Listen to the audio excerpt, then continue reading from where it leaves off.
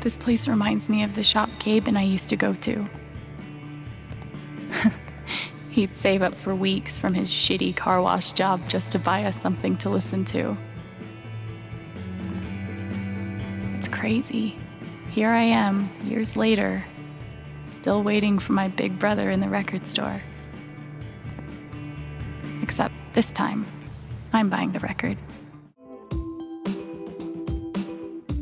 Jonathan Zimmerman. I am the narrative director for Life is Strange: True Colors.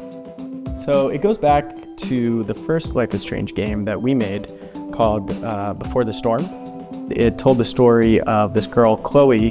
What we discovered in its release and in the reception of it were that the players who came to Chloe felt this connection with her that was even deeper and greater than we ever imagined. And it sort of taught us that by having very specific choices in who our player characters were, we could invite our players to be a different version of themselves, to inhabit a space that they wouldn't normally be in. And we wanted to extend that further. So that's where this idea of empathy came from, and that's what True Colors is all about. We have a character named Alex Chen who has this supernatural power to empathically connect to people in her life.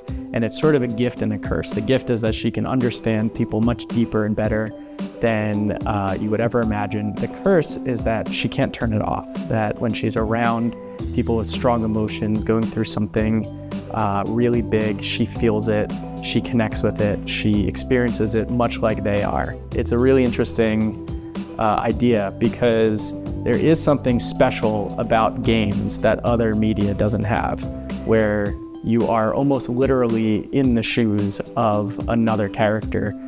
In our games, a big narrative mechanic is that you hear their thoughts all the time. So you go and interact with something or with another person, and you're getting that character's perspective on the world. Is it wrong that the note makes me want to touch it more?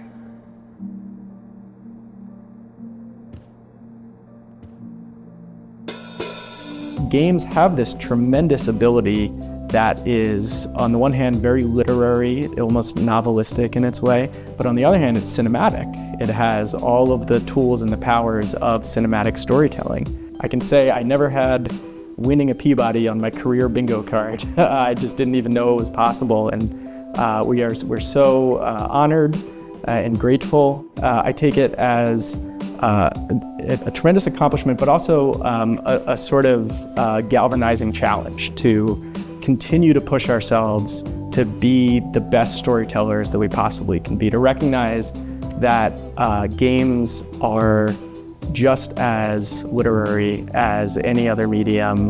The stories that they tell are just as impactful, and that means that we as storytellers have to honor that.